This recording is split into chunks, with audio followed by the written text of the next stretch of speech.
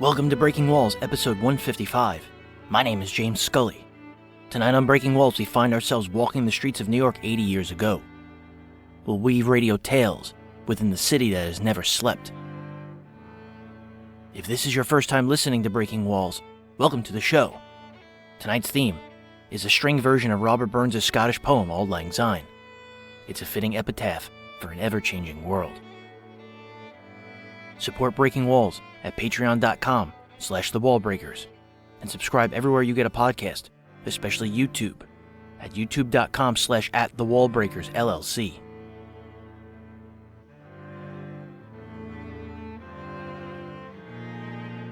Join the Breaking Walls Facebook group to keep in touch with news, snippets, photos, and other additions to the podcast at facebook.com/group/thewallbreakers. And the first 8 chapters of Burning Gotham are out everywhere you can get a podcast and at burninggotham.com. It was a 2022 Tribeca Film Festival audio selection.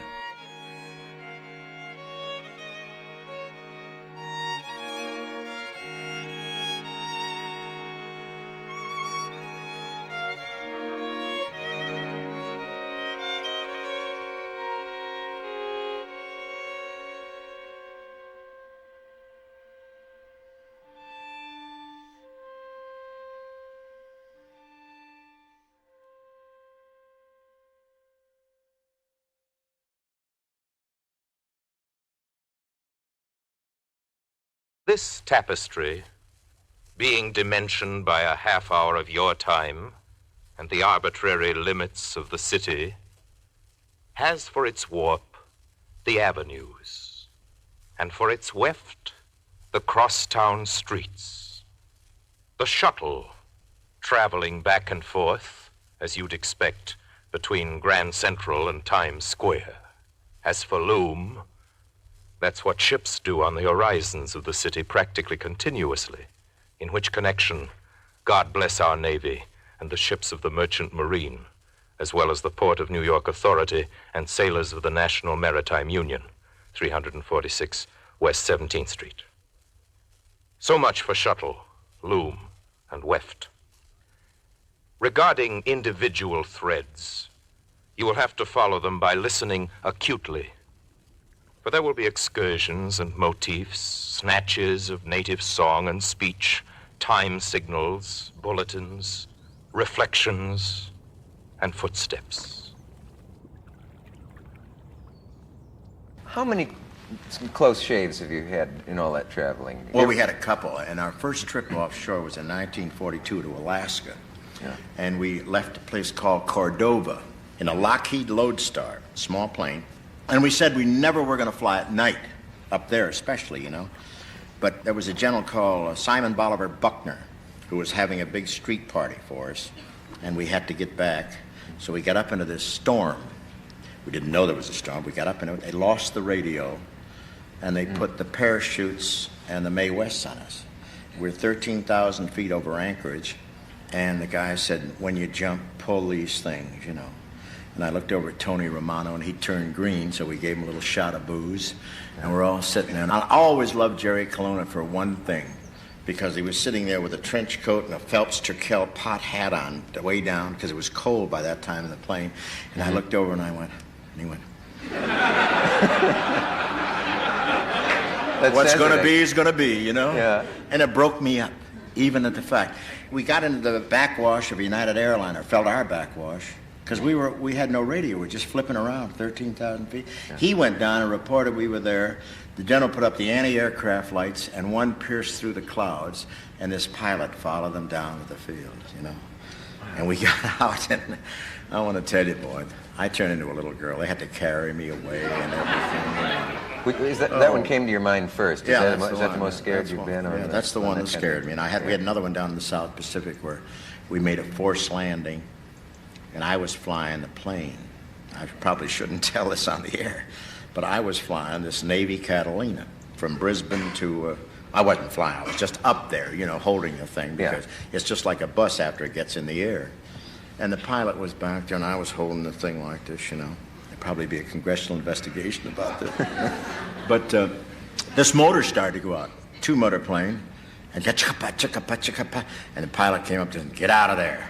And he feathered this prop. And he called the sergeant, he said, jettison everything on this plane. It was a Navy Catalina with a blister in the back. You know that thing that's up and up? Big plastic bubble yeah. in the back? Started throwing all the suitcases out. We had a big case of cigarettes out, 2 or 3 cases of liquor out, you know. Landed in a little place called Laurieton, Australia, where he hit. We jumped about 100 feet, hit again, and hit a sandbar. See? Stopped. Little town called Laurieton. Peaceful little summer resort town, you know. Guy came rowing out from the shore in a rowboat. We're all standing on the wing by now. He looked up, he said, I say there, do you have any American cigarettes there? And it was, you know, and here we are. We're all happy that we're alive, and this cat thinks it's a Pan-American stop, you know? Plane never landed there in this little lake before. We were very happy to be down. Our first stop is January 1944. We're at Central Park. By 1944, Central Park, nearly 100 years old, was in the midst of renewal. Parks Commissioner Robert Moses had spent the past decade developing playgrounds, ball fields, handball courts, and other working-class elements. In 1943, the restoration of the Harlem Meer was completed. Please keep off the grass signs, which had once dotted the meadows, were a thing of the past. Why are we in Central Park? Because over on the West Coast, on Saturday, January 22nd, Bob Hope, Dennis Day, and Joan Leslie appeared in a skit for Command Performance entitled, She Slapped His Face Under the Elevated, because he only had a one-track mind. It was set in Central Park.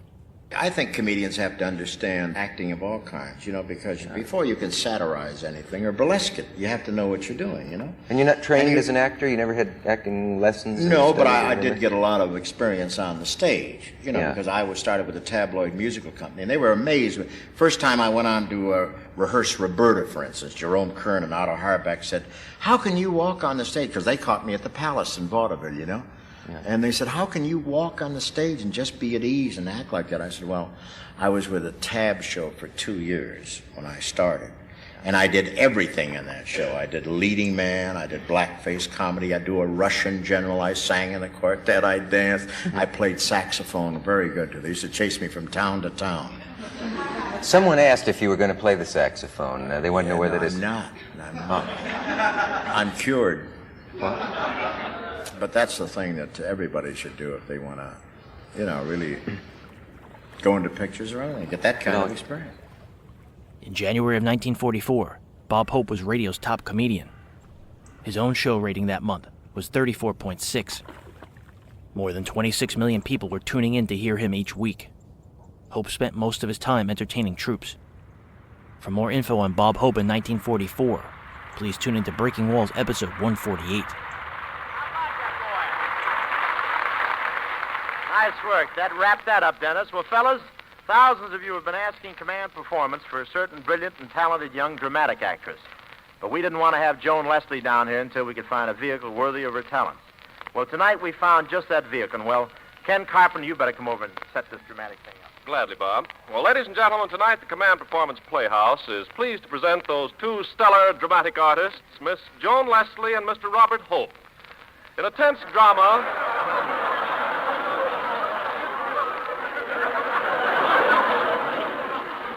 Playing an intense drama of New York life entitled, She Slapped His Face Under the Elevated Because He Only Had a One-Track Mind.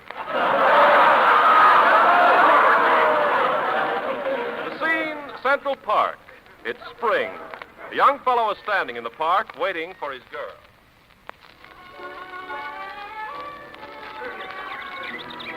Yeah, gee.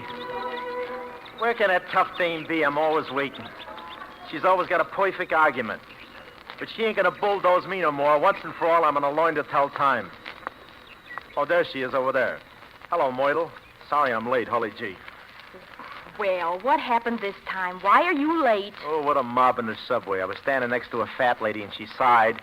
And before I could do anything, I was out of 14th Street. Oh, gee, ain't it swell here in the park? Just listen to the birds. Birds? What's birds? Oh, birds! Oh, yeah.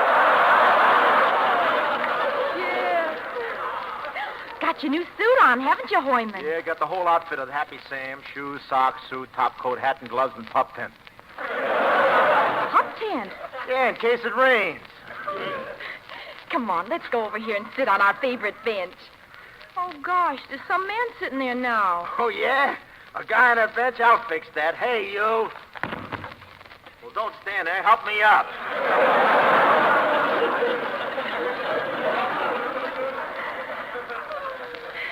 Gee, spring is great, ain't it? Yeah. Especially here in the park. Yeah, look at them phony little flowers pushing their noggins through the dirt.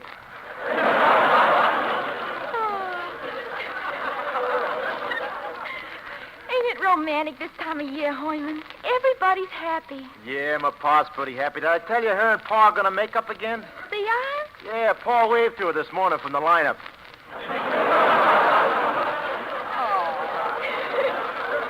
In case it rains. You know, your mom and pop's a nice couple. Yeah, your folks is nice too, Myrtle. That's a nice apartment you live in. It must be fun watching the elevator trains go by. Yeah, but it was kind of tough about Aunt Minnie. Yeah, too bad she didn't pull her head in time.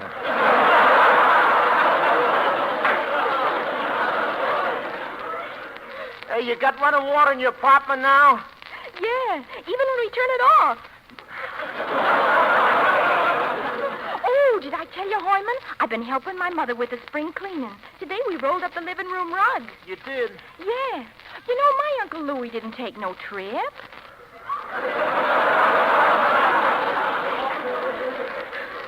Hey, them relations are a pain in the neck, ain't they? Yeah. You know, Hoyman, I always thought that your kid brother was a little funny looking. Yeah, he is a little funny looking. I saw him the other day, and he was wearing a different hat on each head.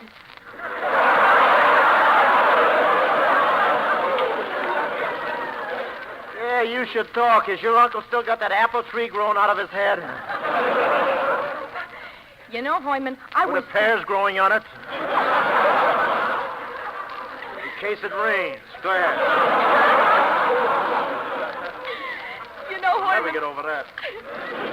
Say, Hoyman, I was thinking, I wish you'd get some other kind of job instead of in that gas station. You're always so greasy. Lloyd, I'm not so greasy. You're not, huh? Huh. You ain't been able to hug me once in the last 6 months without me slipping through. Gee. Why do you like working in that filling station? Why do you save so much money on hair oil?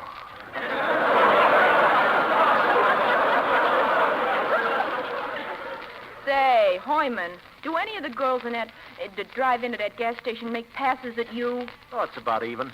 Hey. Hey, did I tell you I had a little trouble there this morning? You did, Hoyman? What happened? Some guy drives up, see, so I spray that stuff in the windshield and I start wiping, see? Oh, is that what got you into trouble? Yeah, how am I supposed to know the glass is missing?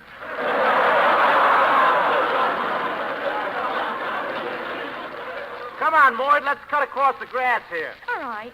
Hey, you! What do you think you're doing here walking there? Get off that grass. Oh, but sure and begorry, why should I get off the grass? Ho, ho! Well, I didn't know, me boy. Sure and begorry, walk on the grass all you like. Are you from Ireland, me lad? Sure and begorry, I'm from Ireland. What part of Ireland are you from, me boy? Corny Ireland.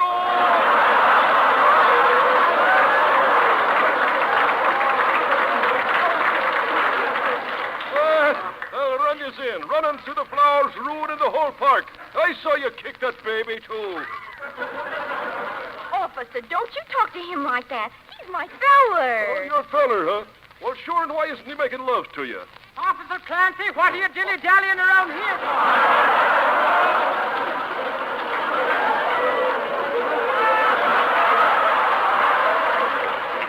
Oh, it's getting thick in here now.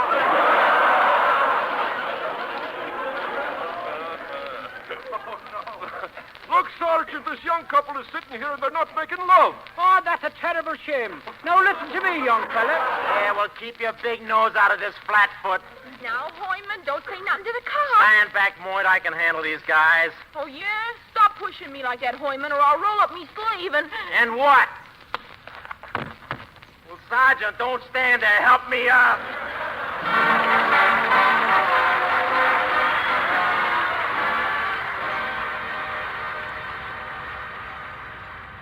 5 days after D-Day, on June 11, 1944, the park opened Weapons of War, an exhibit of the Army Service Forces on the Great Lawn.